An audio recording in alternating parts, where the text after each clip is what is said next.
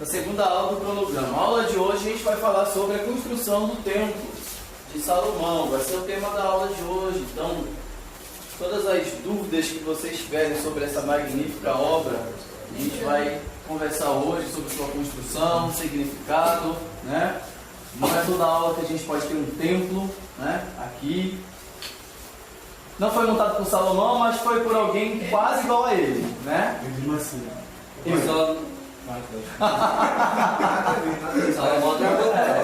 A única diferença entre mim e Salomão são as mulheres, mas o que falta? A sabedoria e o dinheiro. A sabedoria e o dinheiro. Tirando isso. A fama, a riqueza. Tirando isso.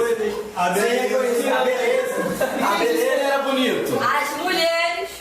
Foi a primeira coisa que eu falei. A beleza. Riqueza. Então, esse vai ser o nosso final do ano. É um final de ano de pegada só sobre Salomão. Então, assim, nós começamos na aula passada sobre o início do reinado dele. A gente está aí no auge do reinado de Salomão. A aula de hoje vai focar exatamente o ápice do reinado dele. A aula que vem, a nossa aula vai ser uma aula mais teórica, no sentido de que nós vamos estudar os escritos de Salomão. Vamos começar a estudar os escritos de Salomão, os provérbios, né? Na aula que vem. Depois a gente vai estudar aí o declínio, depois continuando aí os livros de poesia e sabedoria da Bíblia. Mas a aula de hoje é sobre o templo. Nós paramos no capítulo 5 de 1 Reis. E como é que nós terminamos a aula passada? Davi Tristes por falta de prosperidade. Tristes por falta de prosperidade, quando assistimos o vídeo sobre a prosperidade de Salomão, né? Pois é, exatamente esse é o ponto de partida, porque o fato de Salomão ter sido esse homem rico, próspero, abençoado, foi o que possibilitou para que esta obra aqui fosse realidade.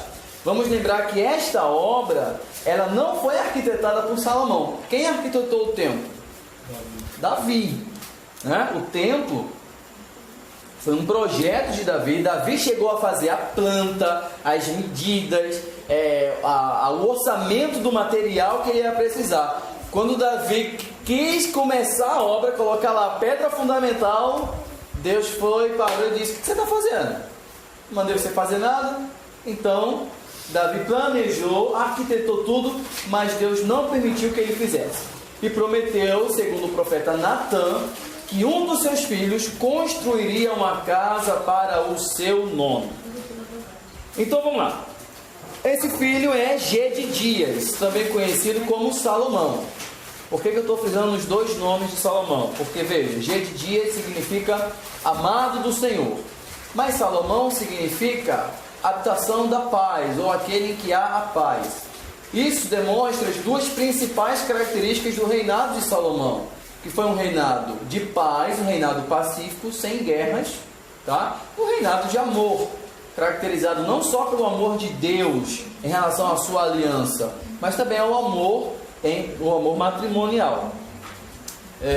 O capítulo 5, então, vai se começar os projetos de construção do templo, e para isso Salomão, então, já tendo recebido de Deus a sabedoria, vai então fazer o seguinte, versículo 1. Hirão, rei de Tiro, sempre havia sido um fiel aliado de Davi. Quando soube que Salomão, filho de Davi, tinha sido ungido como novo rei de Israel, Hirão mandou representantes para cumprimentá-lo. Salomão enviou essa mensagem para Hirão. Abre aspas, agora aqui é a carta de Salomão. Você sabe que meu pai Davi não pôde construir um templo em honra ao nome do Senhor seu Deus, por causa das muitas guerras que as nações vizinhas travaram contra ele. Então Salomão coloca aqui o motivo, por causa das guerras, que também foram um dos motivos. Não podia construir enquanto o Senhor não lhe desse vitória sobre todos os seus inimigos. Agora, porém, o Senhor meu Deus me deu paz em todas as fronteiras. Não tenho inimigos. E tudo vai bem, até porque ele já tinha matado todos, né? A aula passada foi uma Chacina geral. Gravando, né, essa parte, né? Por isso, planejo construir um templo em honra ao nome do Senhor, meu Deus, exatamente como ele instruiu meu pai Davi. Pois o Senhor lhe disse: seu filho, a quem eu colocarei no seu trono, construirá o templo em honra ao meu nome. Portanto, peço-lhe que ordene que cortem para mim cedros do Líbano. Cedros é uma espécie de árvore, tá? O cedro. Meus servos trabalharão ao seu lado dos seus. Pagarei aos seus servos o salário que você pedir.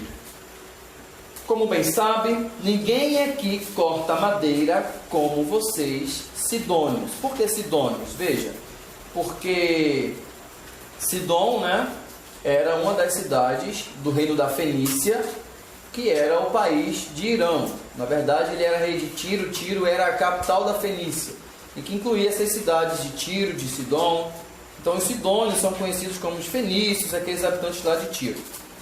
O versículo 7 vai dizer que Irão ficou muito contente quando recebeu a mensagem de Salomão, e congratulou Salomão dizendo o seguinte, versículo 8: recebi sua mensagem, forneci toda a madeira de cedro e de cipreste que precisar. Meus servos levarão as toras às montanhas do Líbano para o mar Mediterrâneo.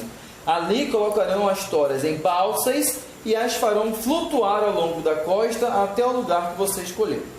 Ao chegar, desembarcaremos as toras e seus servos as levarão. O pagamento poderá ser feito com alimentos para o meu palácio. Então ele não quis ouro, ele não quis prata, ele quis comida. Veja, né? Uma coisa também tão ou mais valiosa do que ouro e prata. Para a gente localizar aqui no mapa a cidade de Tiro, da Fenícia, e entender como é que foi essa trajetória para a construção do templo. Aqui está o mapa, com um mapa preto e branco, com os 12 distritos de Salomão. Lembrando que Salomão dividiu o reino de Israel em 12 distritos, com 12 governadores. Não tem nada a ver com as 12 tribos, tá? Esses distritos não se limitavam às fronteiras das tribos. Então a gente tem aqui, ó, 12 no total. Tiro está lá em cima, ó.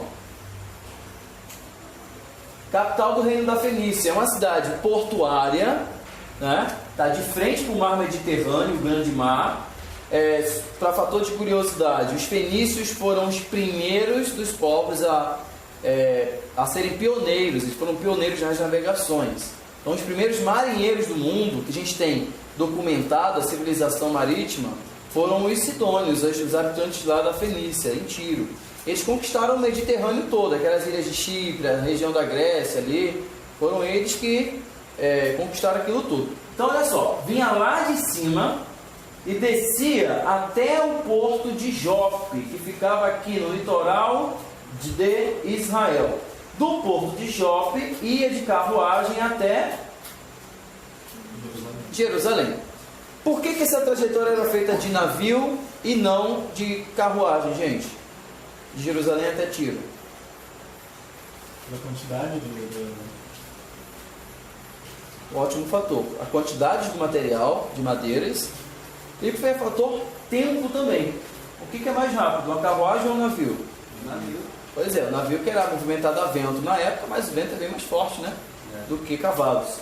Então, foi bem mais rápido a trajetória por barco até na costa de Israel. Daqui para cá é uma distância considerável, mas vai economizar mais tempo do que seria passando por toda essa fronteira. Os recursos, com a economia de tempo e de recursos consideráveis, você levar todo o material pelo mar ao invés da terra.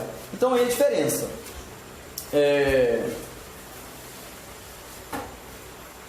Então, Salomão faz uma aliança com Irão, rei de Tiro. Na verdade, essa aliança já existia desde a época de Davi, para a construção do templo de Deus. Mas vamos lá. Assim, Irão forneceu toda a madeira necessária para a construção do templo. E o versículo 13 vai dizer o seguinte, que Salomão convocou 30 mil trabalhadores de todo Israel. Uma convocação aí trabalhista, né? Ele não assinou a carteira de ninguém, mas deu emprego para muita gente. Olha só, Salomão herdou de Davi um reino que estava em expansão, um reino próspero, e agora está mais próspero ainda. Por quê? Porque Salomão fez acordo político e econômico com todas as nações circunvizinhas. A primeira delas, qual foi? O Egito. Salomão já está casado aqui. O Egito, como vocês sabem, é o grande celeiro do mundo, de onde vem o melhor trigo, onde nunca tem escassez de comida, onde nunca falta nada. E esses acordos são muito importantes. Então, riqueza, paz, prosperidade, Salomão tem conquistado tudo. Agora eu quero voltar com vocês lá em Moisés. Veja, Moisés lá no Egito com o povo. Para quem foi no Centro Cultural de Jerusalém, vai lembrar agora o que eu vou te falar. Nós vimos lá que a cidade de Davi era uma cidade de casas construídas com que material? A cidade de Davi, lá, a cidade que Davi fundou, né?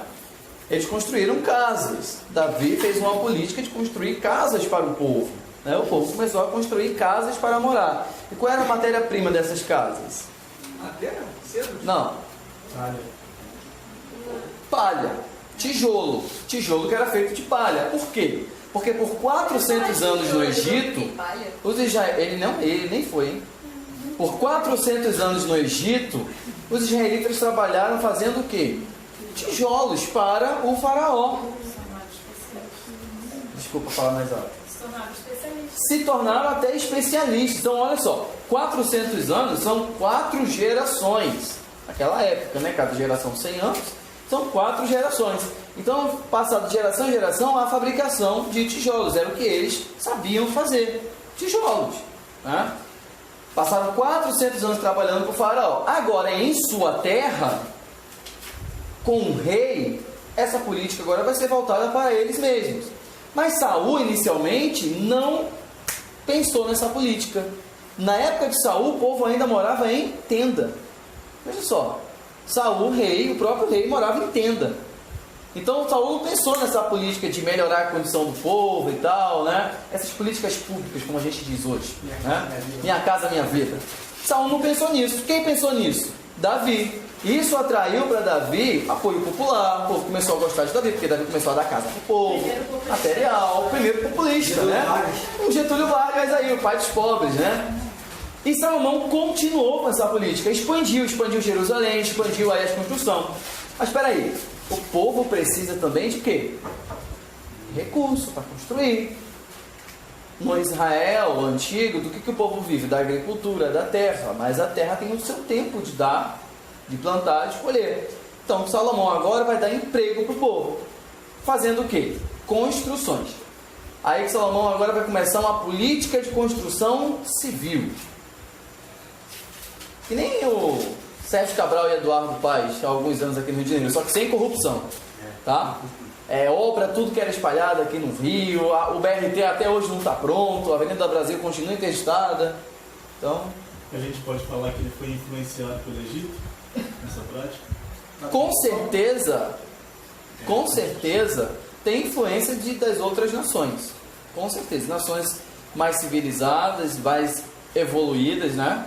Então, cada reino vai tomar o que é de mais precioso dessas nações, esses costumes, essas práticas. Mas vamos lá.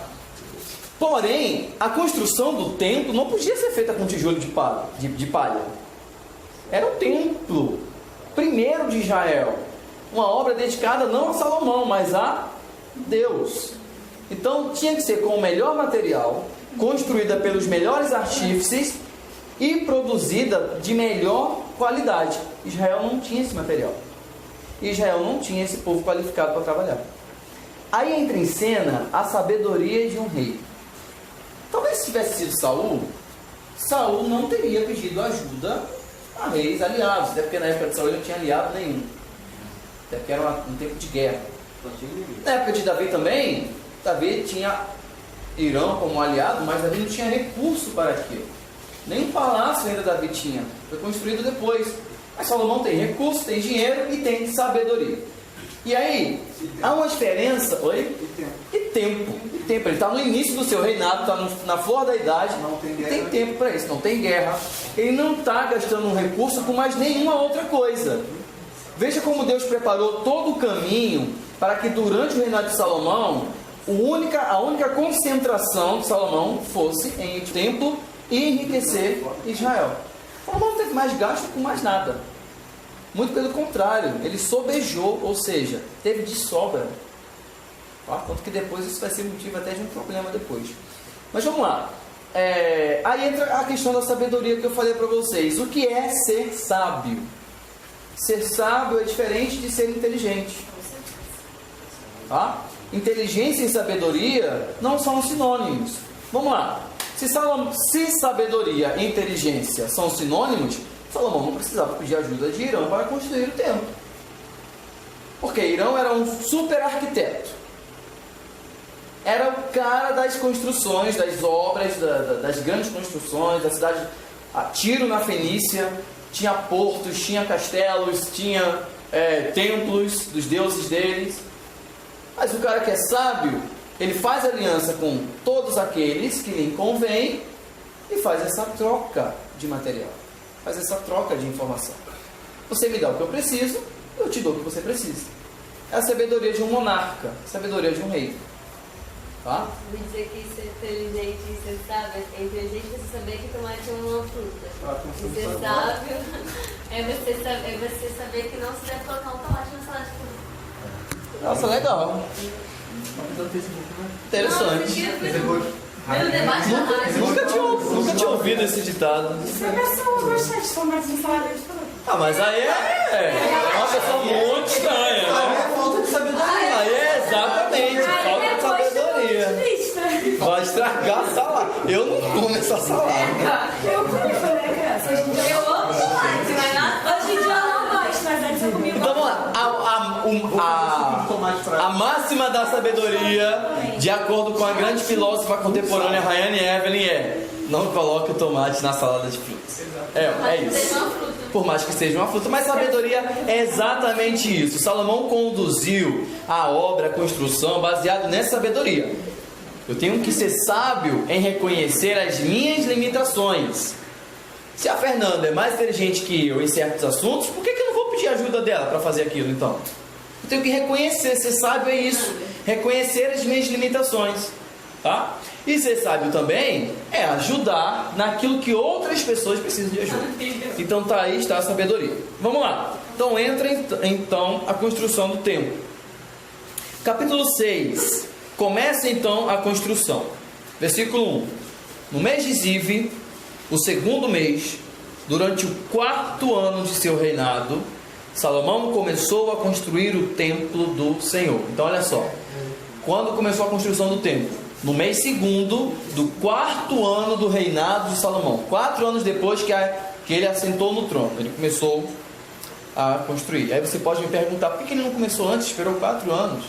Porque tem toda a questão da transição do trono até o estabelecimento dele no trono, que a gente estudou semana passada. O estabelecimento do trono de Salomão. Nenhum rei senta no trono, ponto, já é dele. Não, ele precisa de um tempo para se estabelecer no seu reinado. E as mudanças começarem a acontecer. Ele tem que fazer acordos de paz, né? Acordos comerciais, acordos de paz, exatamente. Aí no mês, né, do Bolsonaro já queriam que ele tivesse mudado tudo. Um mês ou 6 meses do governo Bolsonaro, a gente querendo que 12 milhões de desempregados sumissem, né? Exatamente. Mas isso é o que? Falta de sabedoria. Inteligência também. Também nesse caso. É muito difícil pra eles. Isso ocorreu. Olha só que informação que o autor de Reis está nos dando. A primeira ligação aqui agora, que a gente tem agora com o Egito. Veja, isso ocorreu 480 anos depois que os israelitas saíram do Egito. 480 anos depois da libertação lá de Moisés, o templo de Deus começou a ser construído lá no Egito. Por que o autor está fazendo essa ligação aqui? Porque o objetivo do autor aqui de Primeira Reis é fazer um ponto entre Moisés e Salomão. Primeiro ponto que ele faz é a questão do tempo.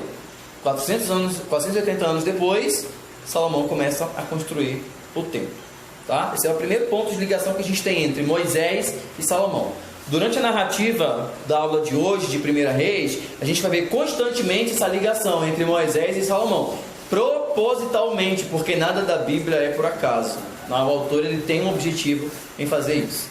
Vamos lá. E aí, ele vai começar a dar detalhes sobre o templo. Mas aí eu trago para cá, porque esses detalhes a gente vai ver aqui. Então a gente vem para cá, para rapidamente nós termos aqui alguns dados sobre o templo. Vamos lá. A estimativa é que ele foi construído no século XI a.C. Então, aproximadamente, Salomão começou a reinar em 971 a.C. Foi quando ele começou a reinar. Estima-se que o templo tenha sido construído entre 968 e até 960. Por quê? Ele vai levar 7 anos para ser construído. Então, durante a década de 60 do século 11 aí, antes de Cristo. Veja, a casa de Deus deveria ser edificada em paz, né? Como foi profetizado por Natã, por um homem de paz. O nome de Salomão já dizia isso.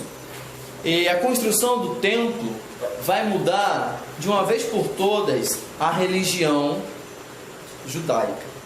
A religião de Israel vai mudar com o tempo. Não no sentido de que as leis vão mudar, de que os mandamentos vão ser alterados, mas a forma como as coisas vão ser feitas, o local, a concentração da fé, ela vai ser mudada. Então vamos lá. Ele começa, né, com uma ilustração aqui com 3 figuras: Salomão, Irão e Irão. Irão. Por quê? Vê, Irão era o nome do rei de Tiro, mas o arquiteto de Irão também se chamava Irão, tá? Então o arquiteto que o rei Irão mandou, que se chamava Irão, foi enviado a Salomão, Irão, para construir o templo, para fazer lá toda a escultura. Foi um engenheiro, né? Aqui a gente tem uma imagem que mescla muitos aspectos até modernos. Olha o objeto que ele tem na mão. Compasso. Nós temos um compasso em cima de um pergaminho, né?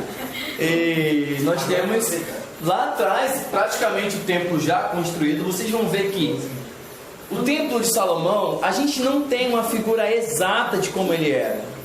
Nós não temos. Porque as únicas informações sobre o templo que a gente tem é 1 Reis e 2 Crônicas. A gente não tem uma ideia clara de como ele era.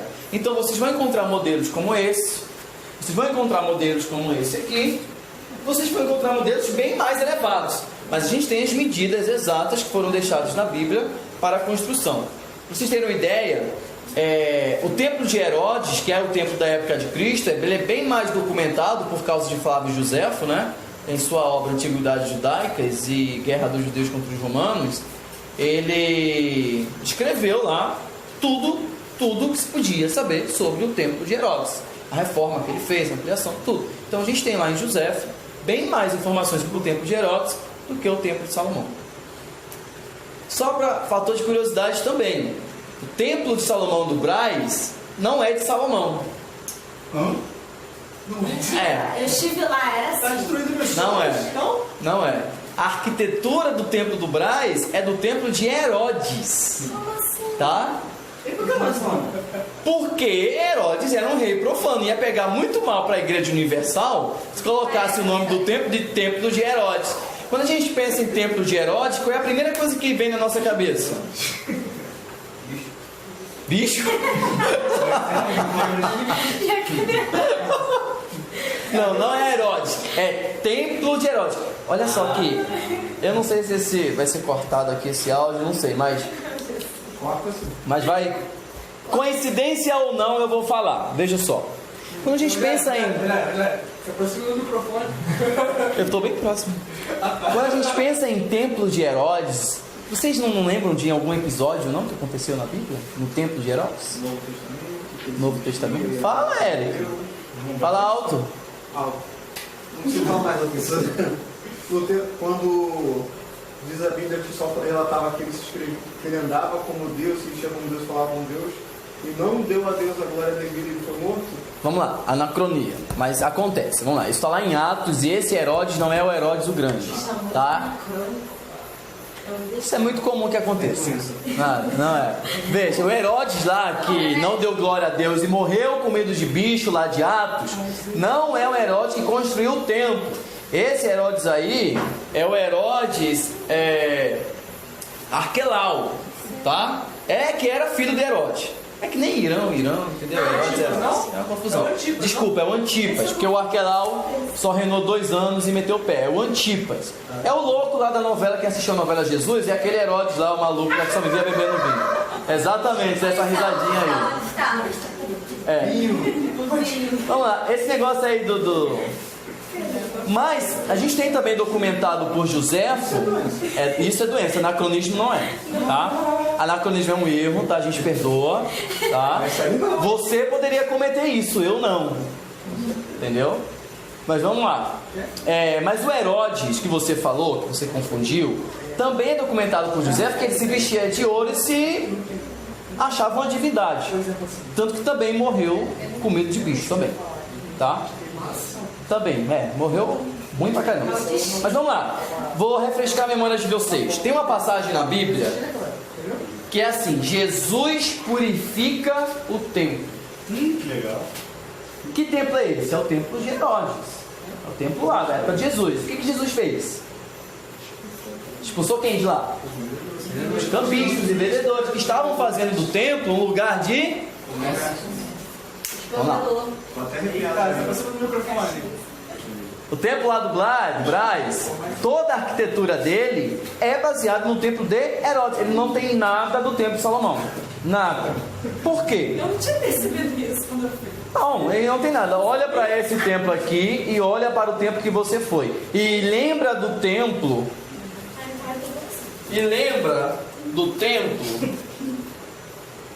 Lá do Centro Cultural de Jerusalém, que é esse aqui. Olha lá, esse aqui é o templo da época de Jesus. É esse complexo aqui. Esse é o templo de Salomão e esse é o de Herodes. Veja, o templo na verdade é essa construção branca aqui. É só isso. Isso aqui é o complexo do templo, tá? Olha para ele. Lembra lá do Brás. Vê se parece. As portas, a altura da frente, o formato em T. É exatamente igual, é isso. Eu lembro de um colega que estava até montando uma aula sobre o templo, e ele ligou para mim para perguntar se na verdade o templo de Herodes era o templo de Salomão ou era o templo lá do Brás, era o de Herodes ou de Salomão, porque o nome é templo de Salomão, mas a arquitetura é toda baseada no templo de Herodes. Mas eu até entendo por quê. A magnificência do templo de Herodes era muito superior do que a de Salomão. Era bem mais magnífico, era bem mais grande, quer dizer, mais maior, mais grande, né?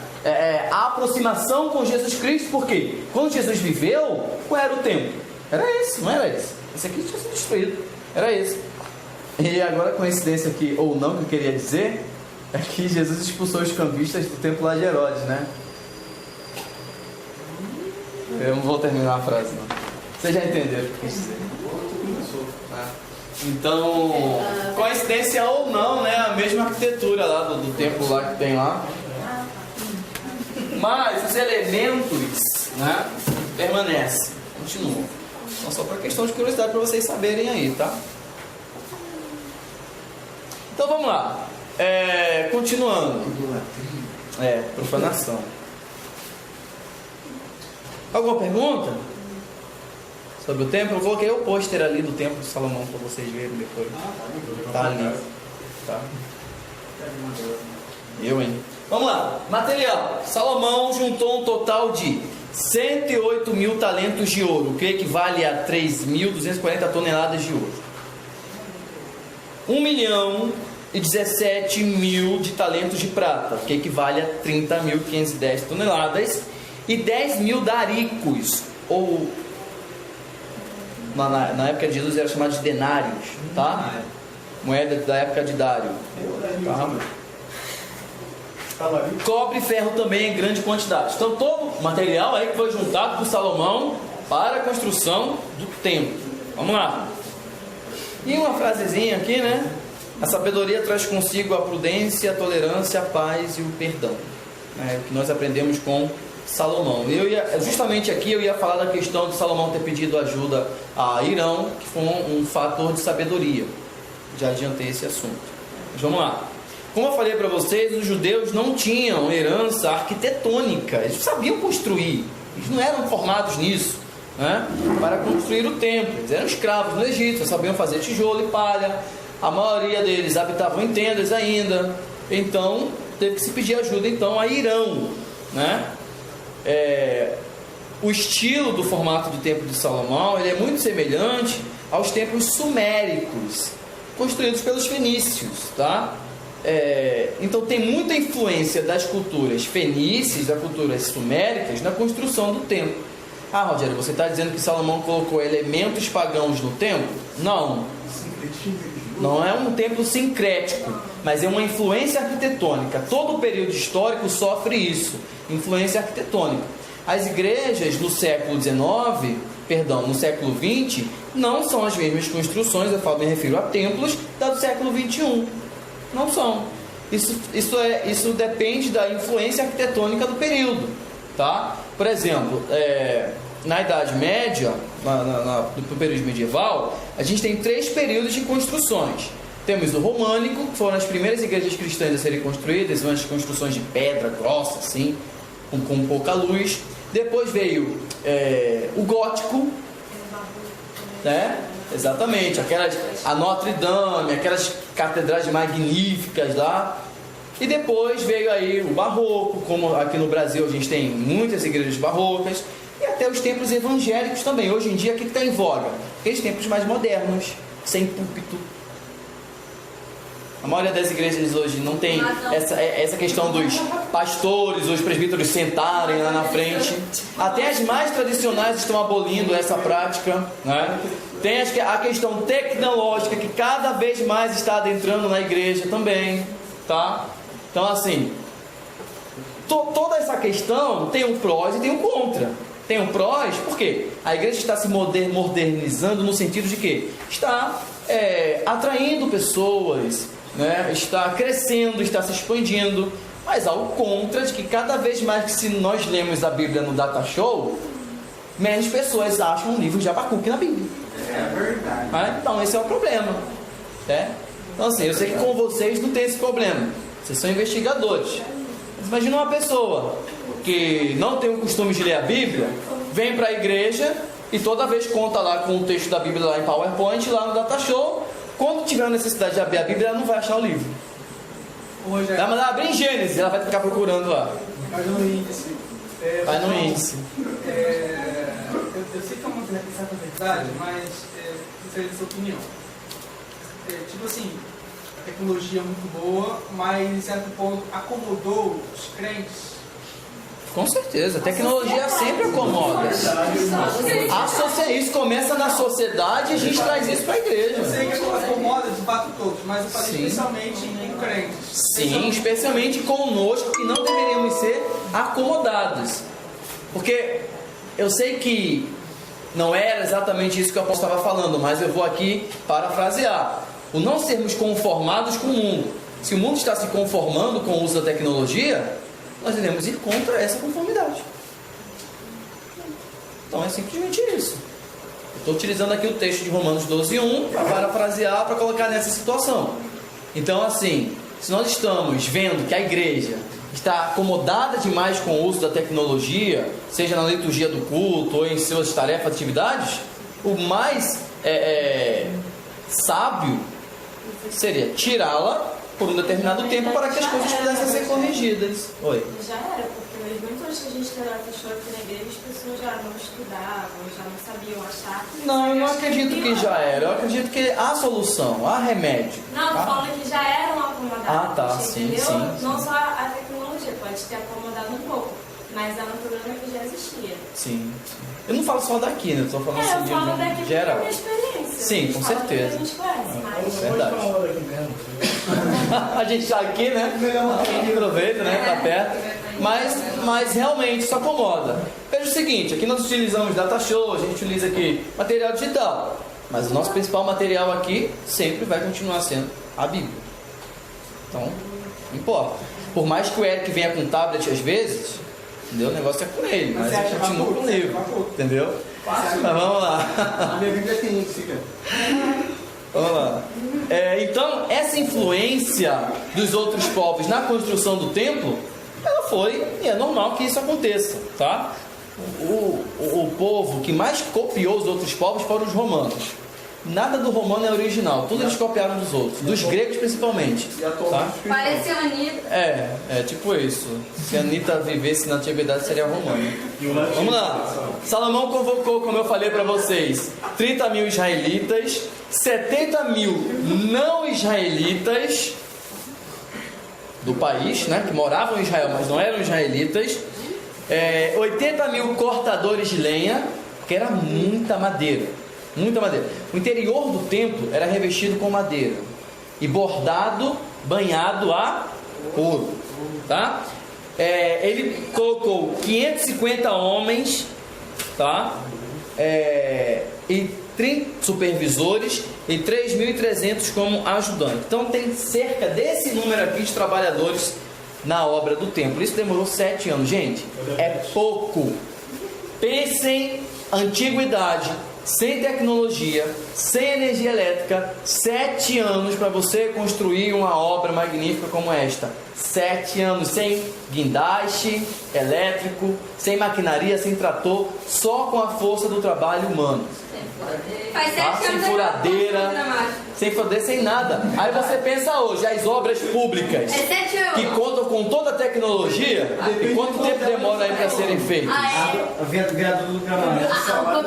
O que a gente passa em cima levou quase a minha vida toda. E a outra Aí, se essa obra do viaduto do Gramado fosse do povo aí, teria acabado tudo. Gente, antigamente, até na época da medieval também, as igrejas góticas, todo aquele enfeite, né, as gárgulas que a gente vê, gente, aquilo ali era na mão. Os artífices faziam tudo na mão. Quando você vai na igreja católica mais antiga, é tudo à mão, lá no pincel, lá, não é nada de máquina, é o trabalho humano. Então é exatamente isso. Graças a Deus pela impressora 3D. Vamos lá. O templo tinha uma planta muito similar à do tabernáculo. Segundo ligação que eu estou fazendo aqui com Moisés. Então veja só. Isso aqui não é nada mais nada menos do que a ampliação do tabernáculo de Moisés. Vamos lembrar que qual é o intuito de Salomão? Não é construir uma casa para Deus. Isso teologicamente é errado. Isso na cultura, na religião judaica é errado. Não se pode construir uma casa para Deus. Isso é idolatria. Veja, qual é a diferença do templo de Salomão e o templo das nações vizinhas? Tinham lá a imagem do Deus. O de Salomão não tinha. Deus mesmo disse isso para Salomão, não, para Davi, né? Para Davi. Que o templo seria para o seu nome. E há uma diferença nisso. É um templo para o nome de Deus. E o objetivo, quando Davi ele teve a ideia de fazer o templo, as palavras que Davi usou foram as seguintes: veja, eu estou no meu palácio, na minha cama confortável, com toda a minha regalia, e a arca de Deus está onde? Numa tenda improvisada. Nem no tabernáculo de Moisés mais era. Esse tabernáculo nem mais existia. Já na época de Davi, nem mais existia. Lembra que a arca foi roubada, né? E tal. Teve um tempo que ficou na casa de Abimeleque. Depois Davi transportou da casa de Abimeleque para Jerusalém. E em Jerusalém eles montaram lá uma tenda improvisada para a arca estava lá. Então Davi, inconformado que enquanto a arca de Deus estava numa tenda e ele num palácio, ele não conseguiu viver com aquilo. Então o objeto central, né, do templo será a arca. Veja, a diferença básica é exatamente nas dimensões do tabernáculo e da arca. Vamos lá. Lembrando aqui como era o tabernáculo. O tabernáculo era esse complexo em formato retangular. Não era um muro, eram cortinas, tá? Cortinas de tecido. Então as mulheres lá no deserto que fizeram isso, tá? Entrava aqui, né? E por que também? Você pode perguntar. Tinham as cores certas, exatamente, tudo isso. E gente, imagina, eles construíram isso no deserto, praticamente sem material. Quer dizer, eles tinham, né? Mas, vamos lá. Tinha lá o altar do sacrifício, a bacia de bronze. Entrando lá, nós temos lá os outros elementos que a gente vai falar daqui a pouco. Mas esse era o complexo, tá? Eu vou dar uma pausa agora, porque eu trouxe um vídeo para vocês sobre o tabernáculo, que a gente faz uma recapitulação rapidinho. Sabe que a gente sempre faz uma pergunta aqui para o professor? Não, não sei se essa vai ser a tipo de pergunta. Fala. Mas é um spoiler de muita frente, né? Segunda Crônicas, capítulo 6, tem a ver com a formação do tabernáculo. Ai, eu quero. Não vai cair não.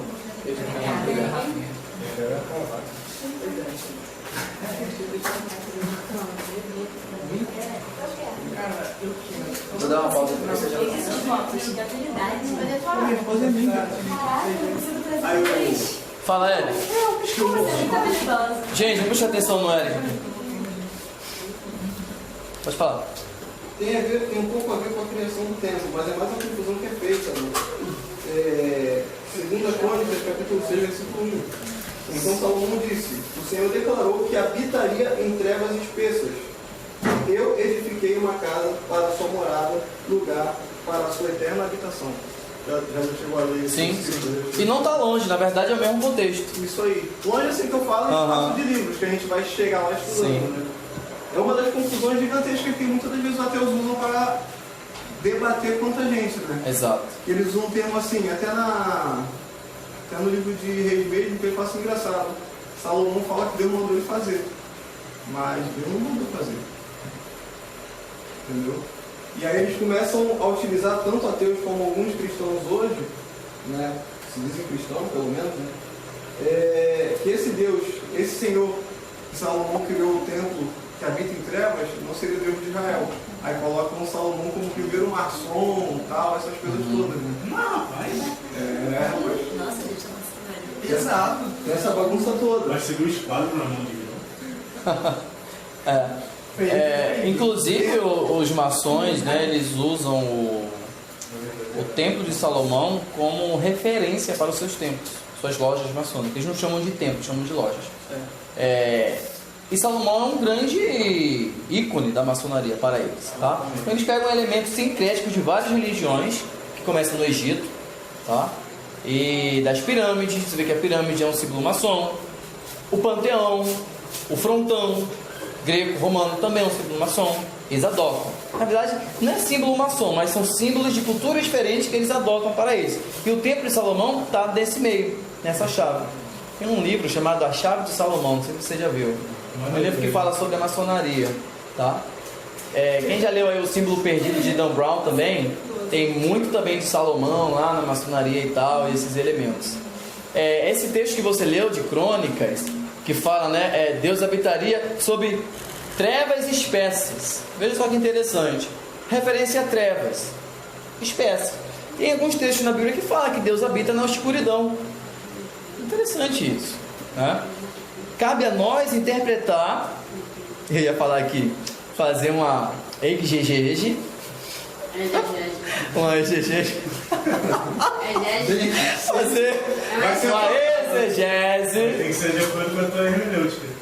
De acordo com a minha hermenêutica, para o tempo, para interpretar o texto e ver qual é a intenção do autor, tá? Vai ter que cortar, já. Corta.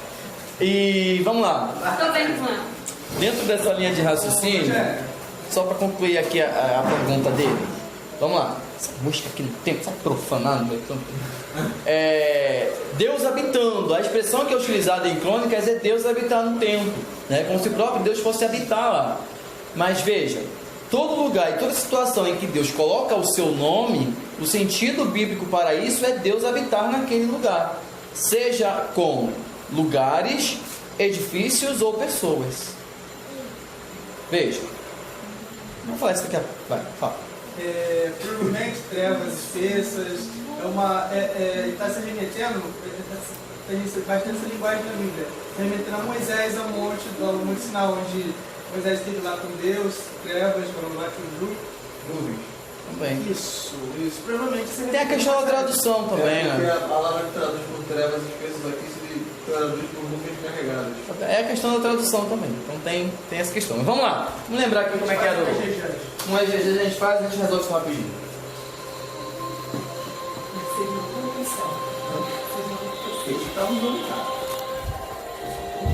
Né? Maravilha. Vamos lá.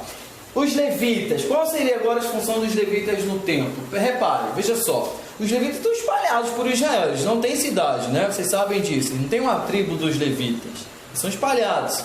Só que Davi, antes de morrer, fez o seguinte: ele fez uma escala com as 12 famílias dos levitas. E os levitas eram divididos lá em 12 subdivisões. E cada divisão ia trabalhar por um mês no templo. Ou seja, para não ter necessidade de todos os levitas no templo de uma só vez, havia turnos para que os levitas trabalhassem no templo. Então são os turnos dos sacerdotes e dos levitas, tá? Quando João Batista foi anunciado o nascimento, lembra quem era o sacerdote que estava fazendo lá a manutenção no interior? Era Zedequias, o pai de João Batista, que era sacerdote. Tá? O turno dele estava sendo responsável pela manutenção. E aqui, ó, algumas das funções aqui dos levitas. Eles eram assistentes dos sacerdotes. Qual é a diferença entre sacerdote e levita? Recapitulando: levita é todo aquele que é descendente de sacerdote, é quem é da linhagem de Arão. Tá? Sacerdote, linhagem de Arão. Levita, linhagem de Levi. Eu acho que era ser músico. A frase é o seguinte: todo sacerdote era levita, mas nem todo levita era sacerdote, tá? Então só 24 mil levitas, tá? Para as funções, 6 mil juízes e escribas, 4 mil porteiros responsáveis pela portaria do templo e 4 mil músicos, tá? Porque o louvor também era contínuo no templo. Mas esses cantores só cantavam ou só trabalhavam também? Cantavam e tocavam. Os músicos eram exclusivos para a música. As funções eram divididas. Ninguém fazia o trabalho de ninguém. Tá? Falando em música, está aqui alguns instrumentos de música que eles utilizavam na época. Nós temos aqui o chofar, a trombeta, a flauta, a harpa, que a gente associa com Davi, né? O saltério, né? Maiorzinho do que a harpa ainda, né? O cabocalbo, o tamborim. E nós temos aqui também os cimbalos. Então vejam que eram todos instrumentos que não faziam pouco barulho. São esses instrumentos que algumas igrejas hoje não deixam utilizar dentro da igreja porque fala que não é do costume, né? Eu fico pensando, se a gente fosse herdar o costume judeu, muito crente hoje não era crente, que escandaliza, né? E aqui está uma foto, né, do complexo de como era o templo, mas aí eu vou trazer para vocês aqui de como seria. Vamos lá. Uma característica do templo eram as duas colunas que ele tinha. Vocês podem ver aqui na frente. Veja, para que serve uma coluna? Para sustentar. Mas as colunas do templo de Salomão não sustentavam nada. Só de enfeite só. Eu vi passou no vídeo que você falou que simplesmente eram erguidas. Eram decorativas, eram decorativas. Elas eram ocas, ou seja, eram vazias por dentro. Eram que nem bambu, que é oco. Então elas eram ocas. E elas não tinham nomes. Ah? Gravem isso. As colunas tinham nomes. A da direita porque ela está virada para cá, então direita, se chamava Boaz. Não é a primeira vez que vocês escutam esse nome, tá? E a da esquerda se chamava Jaquim. Então era Boaz e Jaquim. Boaz significa em ti a força. Bo significa em ti e Ai significa força em hebraico. Boaz, em ti a força. E Jaquim vem de Yaquim, que significa Jeová estabelece. Então veja, o que o templo quer dizer já na sua entrada? Que a força e o estabelecimento vem do Senhor. Que o templo, ele foi a força do templo, ou seja, de nada serve a coluna se o Senhor não for a força que o sustenta. Essa é a imagem da coluna. Veja, como vocês disseram, as colunas servem para quê? Para sustentar, mas essas não. Essas são uma mensagem ao povo. Quando eles olham para a coluna de Boaz, eles veem que ela não sustenta nada. Por quê? Porque quem sustenta o templo é Deus. E quando olham para Jaquim, eles veem que quem estabelece o templo é Deus. Tanto que quando Deus quis destruir, ele destruiu. Isso aí. Não importa. Entendeu? Então essa é a imagem que veja, como na arquitetura a pregação. Quando o povo olhava para o templo, só para as colunas eles já tinham uma mensagem. A mensagem principal já estava ali. É Deus quem dá força. Salmo 127, o que está escrito lá? Se o Senhor não edificar a casa, em vão trabalho aqueles que... Quem escreveu esse salmo? Se o Senhor não edificar a casa, em vão trabalharão. Trabalha irão, tá? Irão, está trabalhando em vão. Se o Senhor não for com a construção, se ele não edificar, e se o templo não cumprir com suas obrigações diante de Deus, para que serve? Né? Vai chegar o tempo que não vai ter mais sentido o templo. Deus vai falar, ó, não tem mais sentido nenhum esse templo aí, vou destruir. Pronto, acabou. Como de fato fez, porque não era a casa dele. Esse discurso de que o templo não é a casa de Deus foi muito utilizado pelos apóstolos. Lá no livro de Atos, quando vocês vão ver lá os apóstolos pregando para os judeus, eles vão toda hora falar: Deus destruiu o templo, porque Deus não habita em templo feito por mãos humanas. Então ele envia o seu Filho com sua palavra para habitar onde? Em nós. Então essa é a mensagem original dos primeiros apóstolos. Um pouco do sacerdócio antigo também, né? Deus não é servido por mãos humanas. Sim. Exatamente. Não, mas sempre quando ele fala isso, ele está se referindo em detrimento de alguma coisa, mas sim, ele está pregando especificamente para, tipo assim, um público específico, obviamente, judeus. A gente é muito gentios, mas faz muito mais sentido para os judeus. Mas é exatamente isso. A cara tá vendo. Mas é exatamente isso. Ele está falando, essa pregação inicial. A pregação inicial dos apóstolos era para converter quem? Por isso eles usam os elementos do judaísmo para pregar na palavra. Veja, Pedro e Paulo não vão falar de templo de circuncisão para os gentios, vão falar para os judeus, tá? Dá uma chegada aqui, gente. Vamos se levantar um pouquinho. Vamos dar uma olhada aqui no templo. Vamos entrar no templo. Vai abrir algo comigo. Vamos lá, vamos estudar aqui um pouquinho. Analise bem, repare bem, apóstolo João, repare bem. Uma auréola aqui. A auréola sobre vossa cabeça. Peraí, para ficar mais bonitinho, peraí.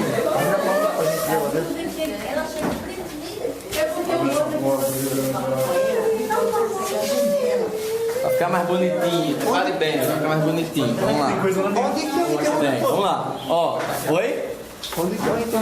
Eu coloquei aqui dentro. Veja só. Vamos lá. Esse aqui, a Fernanda me deu uma mãozinha para construir do livro Vamos Construir o Templo de Salomão. Muito bom para vocês terem. Uma mãozinha, Rogério? Deu as duas, na verdade. Tá? Sofri para cortar isso daí. Uma mãozinha. As duas mãos, na verdade, tá? E essa base aqui eu tive que dar uma improvisada para fazer com isopor, tá? Ele só vem um tempo. Mas vamos lá. O que a gente tem aqui, os elementos? Veja. A diferença lá de... Gente, vem pra cá pra frente, vocês estão atrás. Boa porta, não consegue ver. Tem um vento aqui. Senta aqui, ó. Alguém senta e o resto... Pode tirar. Então vocês vão acompanhar aqui. Olha lá. No tabernáculo, quantas bacias de bronze a gente tinha? Uma. Aqui também. A gente vai ter uma bacia de bronze, só que gigantesca. Esse tamanho dos personagens, eles são em nível de escala o tamanho do templo, tá? Então, se os personagens são desse tamanho, o templo, imaginem que o humano é desse tamanho, o templo seria desse tamanho em relação aos personagens. A escala dele é exata. Então veja, a bacia é maior do que o homem que está aqui. Tá vendo o personagemzinho aqui? Aqui, ó. Olha o tamanho do personagem e o tamanho da bacia. Tá? Então, eles usavam tipo uma escadinha, tá? E eles enchiam esses carrinhos aqui, ó. Não dá para soltar que eu colei. Mas eram 10 carrinhos que Salomão mandou construir para eles carregarem a água para lá e para cá, para lá e para cá, para lá e para cá. Para não tirar a água direto daqui, tá? Então Salomão mandou fazer 10 carrinhos. Alguns estão aqui, outros estão aqui. Para fazer esse vai e vem da água. O altar media 10 metros de altura. Então ele tinha uma escadaria que o sacerdote subia para fazer o altar até lá em cima. Olha o tamanho do cara e o tamanho do altar. Aqui está faltando os chifres, com certeza. A maquete não tem, tá? Mas ele tinha aqui 4 chifres aqui nas pontas, tá? Aqui nós temos os músicos que ficavam sempre aqui do lado de fora e o louvor era contínuo, tá? A adoração era contínua, tá? Aí, João. Aí nós temos aqui os personagens, né, que levam o sacrifício, o boi, né, as ovelhas e tal. Na entrada aqui, se vocês conseguem ver, aqui tem os guardas também na lateral. Na entrada tem Salomão, Irão e o sumo sacerdote, tá? Estão lá dentro. Vou acender aqui pra gente. É melhor. Eu coloquei aqui na entrada para ficar melhor. As colunas independentes não sustentam nada, só são decorativas, tá? Na entrada. No vídeo que você mostrou, elas estavam um pouco mais à frente. Isso é relativo. Como eu falei no início da aula, não existe bem uma reparar nisso, uma exatidão, entendeu? De como é. Cara, tem uma imagem do Templo de Salomão que a fachada dele vem até aqui.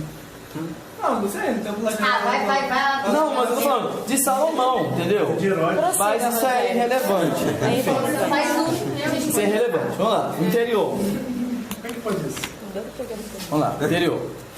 Ó, repara aqui, tem um espaço primeiro, tá?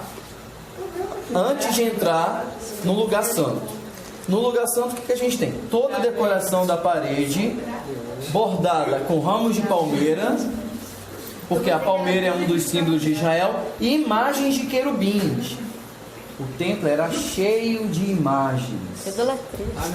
Tá? O templo era cheio de imagens. Na verdade, essa compreensão nossa de que imagem e idolatria são sinônimos era totalmente errada. Por quê? O mandamento ele diz o seguinte. Deixa eu fazer imagem aqui na igreja pra ver. O mandamento ele diz o seguinte: não farás imagem para a adoração. Essas imagens não serviam para adoração. Aqui não tem, mas a bacia de bronze, a base dela era 12 bois. 12 bois chifrudos. Aí quando a gente assiste Vingadores e vê Loki lá com aqueles chifres, a gente acha que é paganismo, né, e tal. Não, é cultura. É o capeta, né, e tal. Mas não é cultura. As pinturas da igreja, né, medieval católica também não foi para adoração. Exatamente. É uma pena que não tem, porque também seria muito difícil, né, ter 12 bois aqui na bacia. Mas ela tinha 12 bois, tá? Era a bacia de bronze, que era carregada por 12 bois. Esses 12 bois simbolizavam 12 tribos. Exatamente. Vamos lá. No interior, Isso é óbvio, né? Minha mãe. quantos candelabros nós temos aqui dentro, gente? Não, um monte não. 1, 2, 3, 4, 5, Gente, 10. Exatamente. Salomão mandou fazer 10 desses daqui. Quantos tinham no tabernáculo? Um.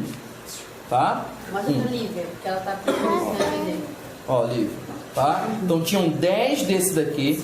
10 mesas com os pães e 10 candelabros. Tá? Por quê? Imagina o templo desse tamanho com um candelabro só para iluminar. Verdade. Aí sim seria trevas espessas. Entenderam? Além de ampliar a luz, fizeram janelas. Tá?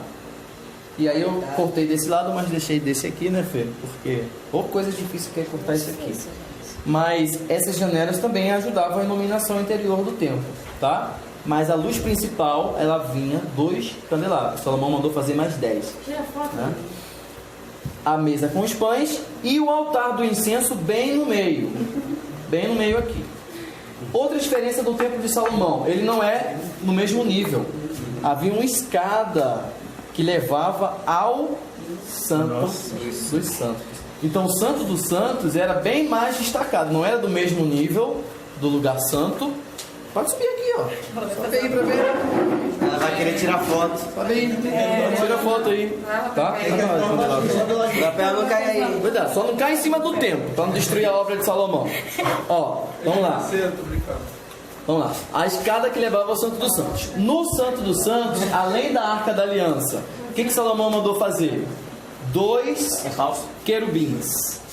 Caiu com de manhã. E aí, o texto que vocês leram diz o seguinte, que as asas do querubins eram ligadas na parede de cá e na parede de cá. Nossa. E as asas de um do outro eram ligadas, ponta na ponta. E debaixo das asas do querubins, a arca da aliança repousando com 2 querubins na sua tampa. Tá? Então, o local mais sagrado continha, né, o objeto mais sagrado, que era a arca da aliança. Vai morrer! Toca pra você ver. Vai morrer! O objeto mais sagrado. Eu vou Veja, roubar pra vender. o texto diz que a vara, né, que eles usavam para carregar a arca era tão grande que podia ser vista de fora do templo. Essa vara aqui, né, que eles usavam para carregar, podia ser vista de fora do templo. Tá? Então veja, os 2 querubins na tampa, os 2 querubins de 10 metros que Salomão mandou construir. E aí eu quero chamar a atenção de vocês para uma coisa. Como é um querubim? Eu estava pensando. Imagina. Isso é o meu vídeo lá que estava 2 olhando. Nós não temos na Bíblia exatamente como é o querubim. E para pensar, a primeira pessoa que fez uma imagem de querubim foi Bezalel, lá no deserto, quando Moisés mandou construir lá a arca, né? Aí Deus mandou fazer o quê? Faz 2 querubins na tampa da arca. E Bezalel, que é querubim, cara? Como é que é um querubim? Não sei se foi por sonho, por revelação, ou o mais provável é que... Vocês ficam para uma como é que ele tira a asa? Mas, porque até então, Pô, o cara nunca tinha visto ninguém falar. a primeira referência na Bíblia que a gente tem aos querubins, vocês lembram qual é o texto? Não vê a porra. O primeiro texto na Bíblia que a gente tem falando de querubim? Essa aqui é Não, nossa, tá longe. Tá longe? É antes? Longe. Muito antes. Qual é a primeira vez na Bíblia que a gente tem falando de querubim? O jardim do Éden, pô, na porta do jardim do Éden. O que Deus colocou para guardar o Éden? 2 querubins. 2 querubins. Mas não tem descrição de como era o querubim. Mas quem escreveu o Gênesis? Moisés. E quem mandou construir o tabernáculo? Moisés. Então vejam só. Então o próprio deve ter aconselhado. Mas ainda assim Moisés não tem revelação. Mas o que acontece? Veja, esse querubim aqui da Arca da Aliança parece o quê? A forma dele, não é uma forma humana? Parece Veja. um homem com asas. Parece um anjo, né? A imagem que a gente tem de anjo. Um homem alado, com asas. Mas o querubim que a gente tem aqui parece um leão Parece uma cultura diferente. com cabeça de homem e com asas.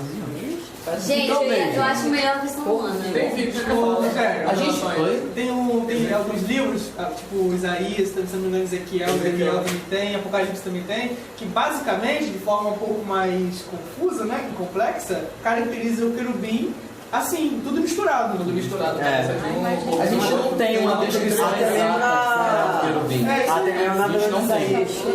Na Bíblia a gente não tem essa descrição exata. Às vezes eles vão aparecer como figuras humanas, às vezes como figuras mais animalescas do que humanas, tá? Ou pode ser também que haja diferentes tipos de querubins. Na verdade, Isaías Mas é tão descritivo, né? Será que eu não... Nas visões de Isaías e de Ezequiel, eles são bem detalhistas lá falando, né? Mas Ezequiel e Daniel, né? Ezequiel e Isaías são bem posteriores à construção do templo. Então imagina, eles tinham a imagem de querubim antes mesmo de Isaías e Ezequiel terem as visões de como era um querubim. O que eu quero mostrar para vocês é isso, de como essa imagem foi criada, esse ideal foi criado. E novamente, não eram para adoração, ninguém entrava no templo para adorar querubim, tá? Adorava a Deus. É interessante, até lida no curso de teologia, né? A tradição oral. Provavelmente, já que Moisés teve revelação, isso foi passado. Exatamente, a tradição oral aí dentro dessa questão. Até porque quando o tabernáculo foi construído, não tinha nenhum livro escrito ainda. A tradição toda ela era oral. Mas vamos lá.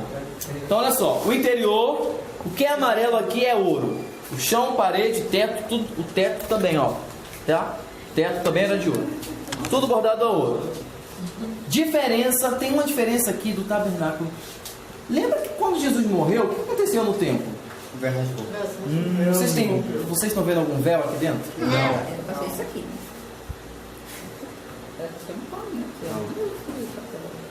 Muito bem, tá certo. Tá certo, muito bem. Mas na verdade, o que Salomão fez? Uma parede, tem uma parede aqui e portas. Ele fez porta em vez de véu. No tabernáculo era um véu. E no Por tempo que de Herodes. fala que no tempo de Herodes o véu se rasgou? Eita. Mas lá era o véu. Lá era véu, exatamente, era véu. No tempo de Herodes era um véu. Ele colocou véu, não porta. Ele não inovou. Tá? Ele não inovou, Salomão inovou. Essa porta, gente, era que nem sanfonada. Salomão fez uma porta sanfonada, aquela que abria e fechava Ele é a assim. moda antiga. Mas, Rogério, não era, no tempo de Herodes, não era um véu menor? Não era bem maior. Não, muito grande. Bem maior. O templo era maior, o véu ele vinha do teto até o chão. E o texto fala que foi de alto a De baixo. alta a baixo. Né? Pois bem, um último detalhe aqui. Quando a Bíblia fala da inauguração do templo, Salomão convocou os levitas para levarem a arca. Todo o povo de Israel reunido ao redor do templo. Salomão mandou chamar geral. Todo Israel reunido no templo. A música tocando, os holocaustos sendo preparados para serem lá sacrificados. Mas o evento principal da inauguração foi o transporte da arca, lá daquela tenda humilde que estava na cidade de Davi, até o templo. E o texto diz o seguinte: quando eles entraram no templo, cuidado, quando eles entraram no templo, eles pegaram a arca bonitinho, entraram e colocaram a arca lá debaixo dos querubins e abriram a arca. E o que estava dentro da arca? O maná e o último item eu esqueci. Então, eu li hoje, eu esqueci, cara. Então, só que tá errado. Tá errado. Tá errado? A única coisa que tinha na arca era isso aqui, ó. Vira. As tábuas? Legal. Nossa. Ué, o que houve com o cajado? É ele que você está perguntando pra mim. Discutiu. Não, eu falei pra ele, ué. Falei, O texto vai ué. dizer que a única coisa que tinha dentro da arca quando ela foi transportada para o templo eram lá. Até que olhar, tadinho, que Passou deve ter. pelo Brasil. As pedras. Pior. Ousar. Eram as duas pedras. Mas vocês estão certos, já estavam faltando lá os objetos. Sim, vai passar. Só não quebra, senão vocês vão pagar outro. É o primeiro tablet que eu Ei, ela tava criando um bezerro no ouro na hora. hein? Mas o Eric falou, lembrou bem, que na arca tinha a vara de quem? De Arão. E o pote com... Alguém? Maná. Só que olha só.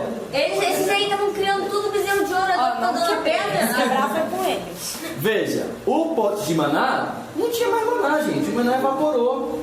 480 anos se passaram. Davi comeu. Davi comeu. Se passou, gente, muito tempo. Então, ó, vai passando. Eu vi. Vai passando, vai passando. Pega, mas segura com cuidado.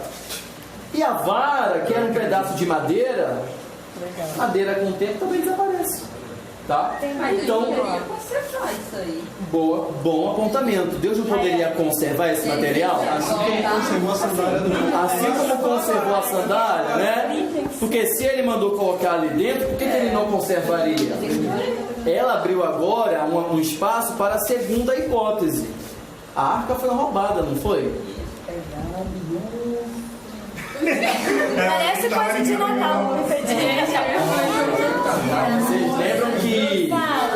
Você não viu como é que Lembram que a arca, ela tinha sido roubada lá na época lá de Eli. Depois, quando a arca foi recuperada, o que o povo fez lá?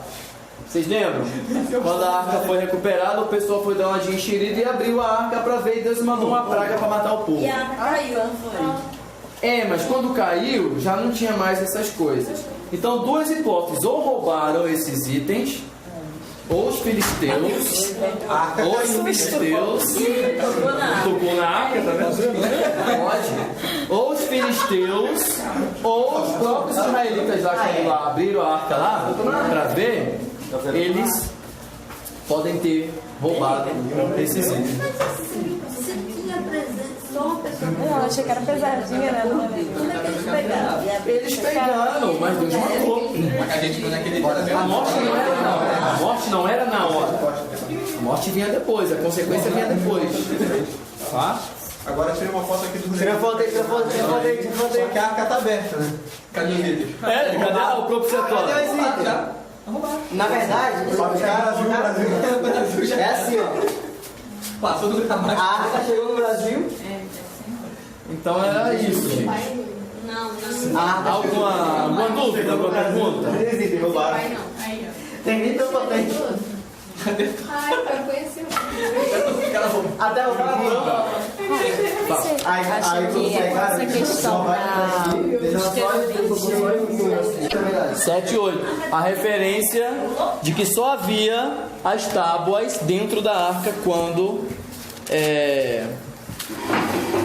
eles abriram para ver, tá?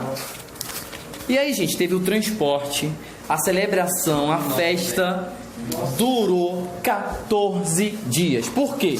Porque a inauguração do templo coincidiu. 14 dias, meu Deus, é um sonho. Ó, a inauguração do templo coincidiu com a festa dos tabernáculos. Agora, gente, coincidiu não, porque isso foi coisa de Deus. Veja. Qual a quantidade de bois que mataram? Eu vou falar disso já já. Veja que coisa perfeita. Pessoal, Churrasco rolou solto. veja que coisa perfeita. O que a festa dos tabernáculos simbolizava? Simbolizava lá a presença de Deus no meio do seu povo no tabernáculo, né?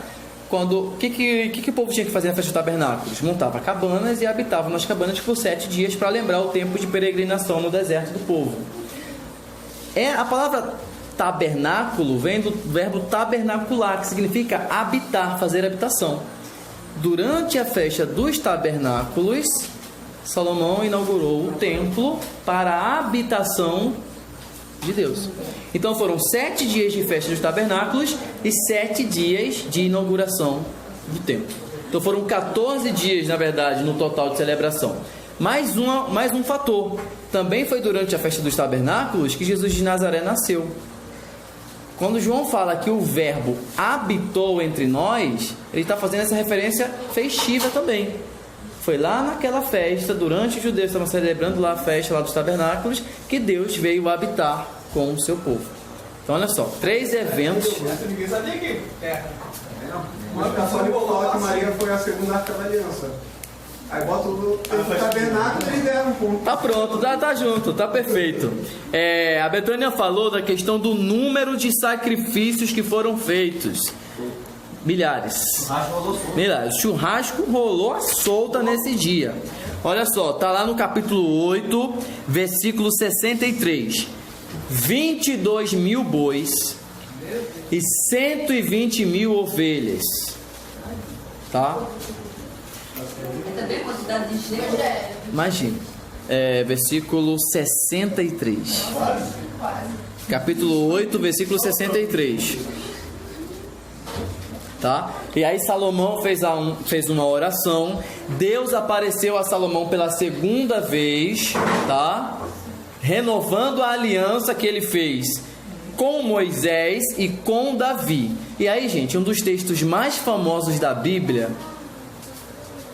é 2 Crônicas 14, 7. Ou é 7, 14, desculpa. Eu ter confundido aqui. 2 Crônicas 7, 14. Um dos textos mais famosos da Bíblia, é isso mesmo. É Deus respondendo a oração de Salomão no templo. Ele está dizendo o seguinte, olha: ouvi sua oração e escolhi este templo como lugar para se fazer sacrifícios. Se eu fechar o céu para que não chova, ou ordenar que gafanhotos devorem suas ovelhas, suas colheitas, ou enviar pragas entre o meu povo, e se o meu povo, que se chama pelo meu nome, se humilhar, me buscar e orar, se arrepender dos seus maus caminhos, eu virei dos céus, perdoarei os seus pecados e restaurarei a sua terra. Então agora estarão abertos os meus ouvidos, os meus olhos, para a oração que for feita neste lugar. Esse é o texto chave de inauguração do templo de Salomão, tá? Então foi como Deus se revelou naquela hora. E a Bíblia fala que assim que eles colocaram a arca lá dentro e eles estavam saindo, do Santo dos Santos começou a sair uma fumaça e foi tomando o templo, de modo que eles tiveram que interromper as celebrações, porque ninguém conseguia entrar mais no templo. A glória de Deus se manifestou de tal forma no templo que a nuvem de Deus cobriu todo o templo de Salomão. E eles tiveram que parar. E Deus daquela forma aprovou tudo aquilo que estava sendo feito ali, né? Deus se revelava ali no Santo dos Santos, e dali Ele enviou a sua nuvem, a sua glória, a sua presença, que cobriu todo o templo. Mais uma vez remetendo também a parte de Moisés lá, quando consumou lá tudo lá. Exatamente. Quando a nuvem desceu e cobriu o tabernáculo que estava ali também.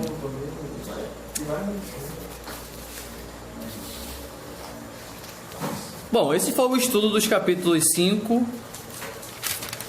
ao 9, né? O capítulo 9 vai falar o que a gente já viu semana passada, das riquezas de Salomão. Se vocês quiserem ler de novo em casa, para se sentir mais mal ainda, aí é com vocês, né? Mas tá aí, tá? De como as coisas aconteceram, de como as coisas foram feitas, tá? Gente, essa foi a aula de hoje.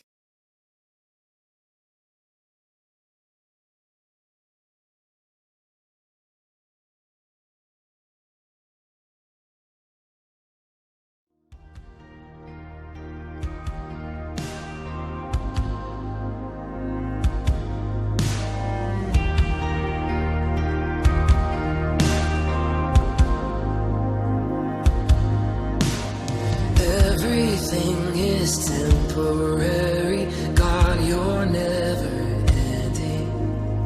Though it seems you sometimes hide, you rise in perfect time. Bread of heaven, living water, God of our salvation. Like a shepherd, you will lead us to